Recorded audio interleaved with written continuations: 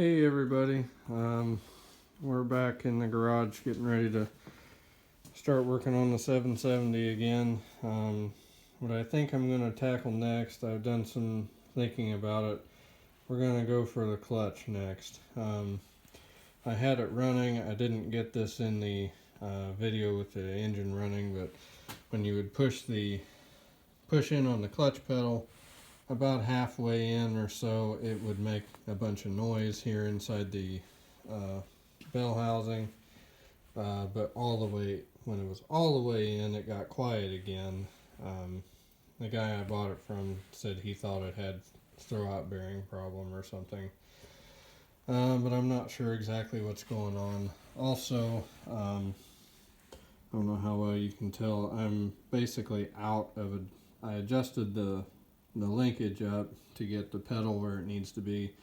I'm pretty much out of adjustment here, so we definitely need to address something in there. So I've got the coupler off back here between the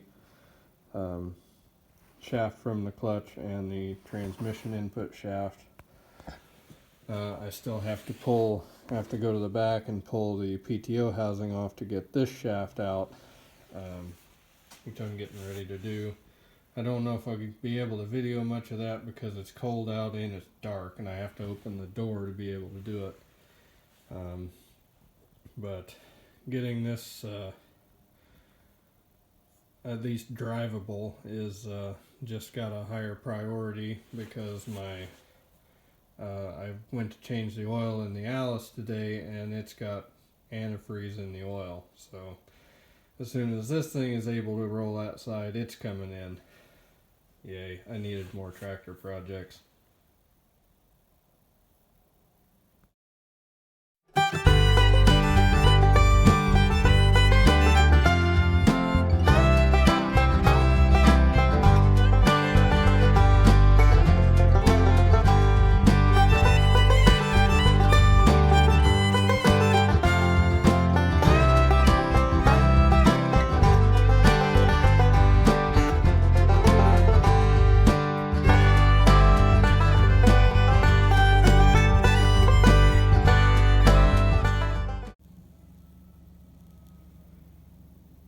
I tell you what, if anyone had told me that in about an hour's worth of work I could have the flywheel and the clutch accessible, I'd have told them they were nuts. But that's about what it took. Of course, I already had the sheet metal off. Looking at it, still something made a residence in there. I'll clean all that stuff out. The throwout bearing's a little noisy, so we'll definitely replace that. We'll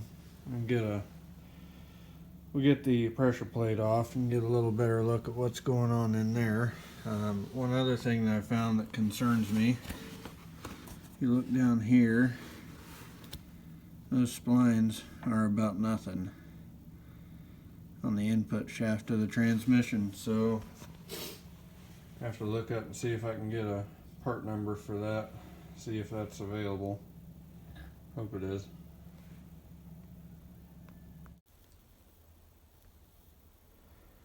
Okay, so I've got the clutch the rest of the way apart. I've been inspecting things a little bit.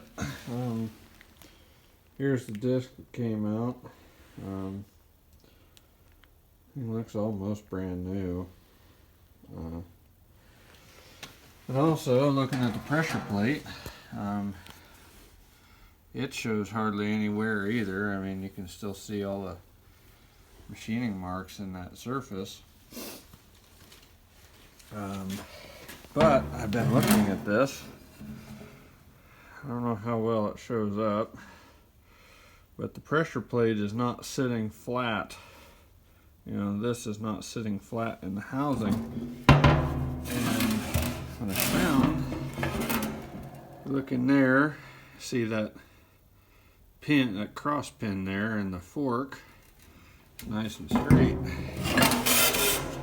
Over here, that one's bent. So I think that was my clutch release problem, is that this side wouldn't release. So it looks like I'm going to need a pressure plate. Get a throwout bearing. I'll have to start getting a list going. Hopefully I can get everything. It's sad, this is a brand new clutch. And you can see it's a Borg and Beck clutch. They're supposed to be fairly decent, but I don't know about this one.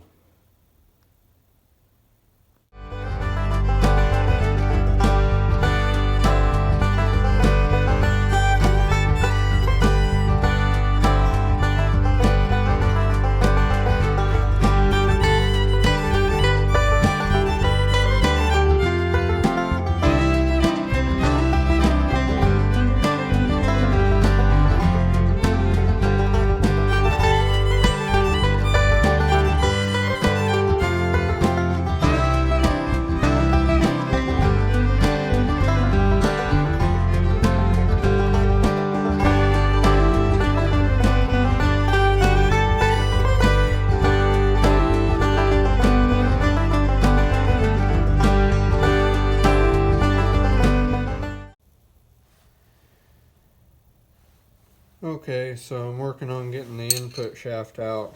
I've made me a kind of a crude little puller to pull this bearing off. After that, we've got to get the snap ring off, and then the shaft should slide out of this gear. So, see if my puller will do its job.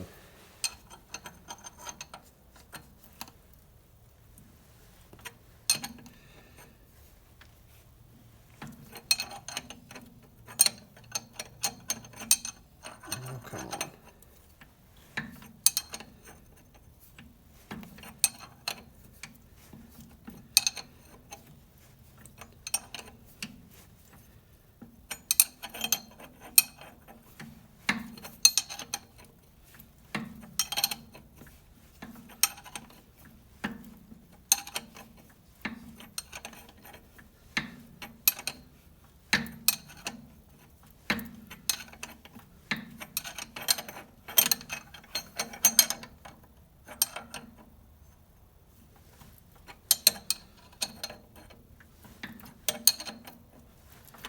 Should have got a socket instead of a wrench.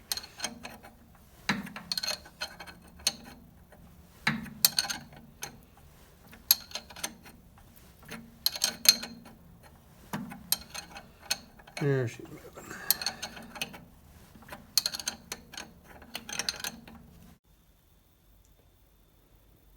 Okay, so I got the bearing off, got the shaft out, taken apart. I'm glad that last clip ended when it did, because shortly after that I had to reset my puller, and this is the piece that I was pushing against the end of the shaft with. Yeah, I dropped that in the transmission and used a lot more of my vocabulary than I need to for YouTube. So anyway, here's just a comparison between the old shaft and the new. See how worn out the splines are on that one compared to this one. So now we start reassembling. Okay, first to go on will be the snap ring back here, then the bearing, then another snap ring, then an O-ring, and then the collar that the seal rides on.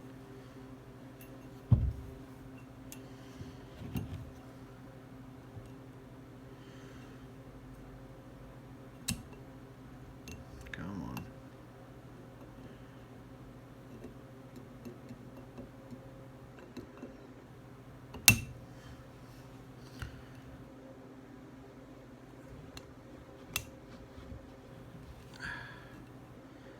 These pliers are just about not big enough.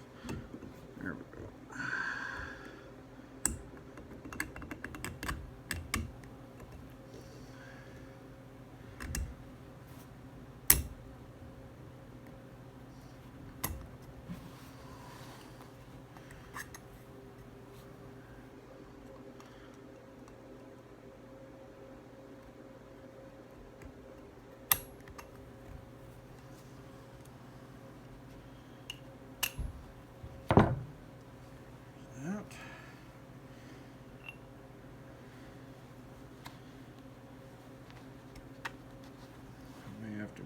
press for this.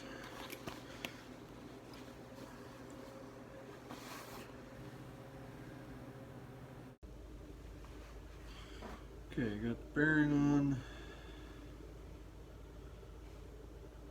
I don't think it really matters which way this goes. Oops. I'm going to put it on this way.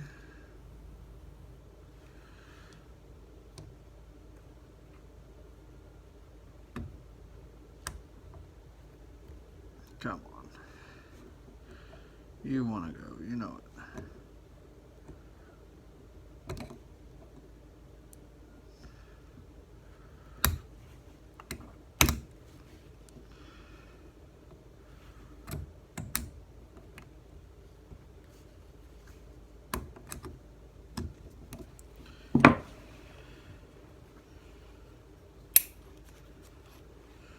There's that.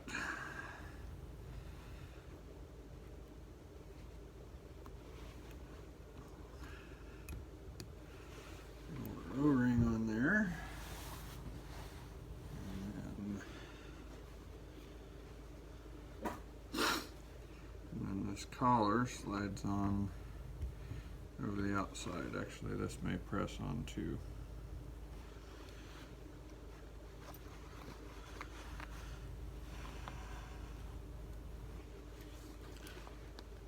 Yep, I have to take that to the press too.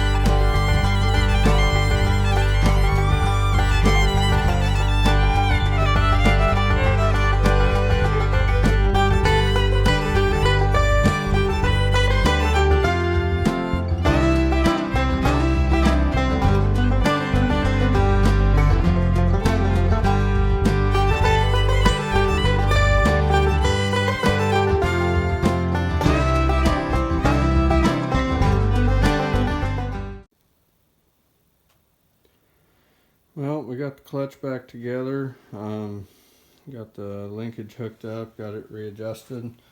I've got quite a bit of my adjustment back, so I'm happy about that. Got a reasonable amount of free play in the pedal, so I'm happy there. Obviously I don't have the top cover back on the transmission. The hydraulics were another issue with this tractor.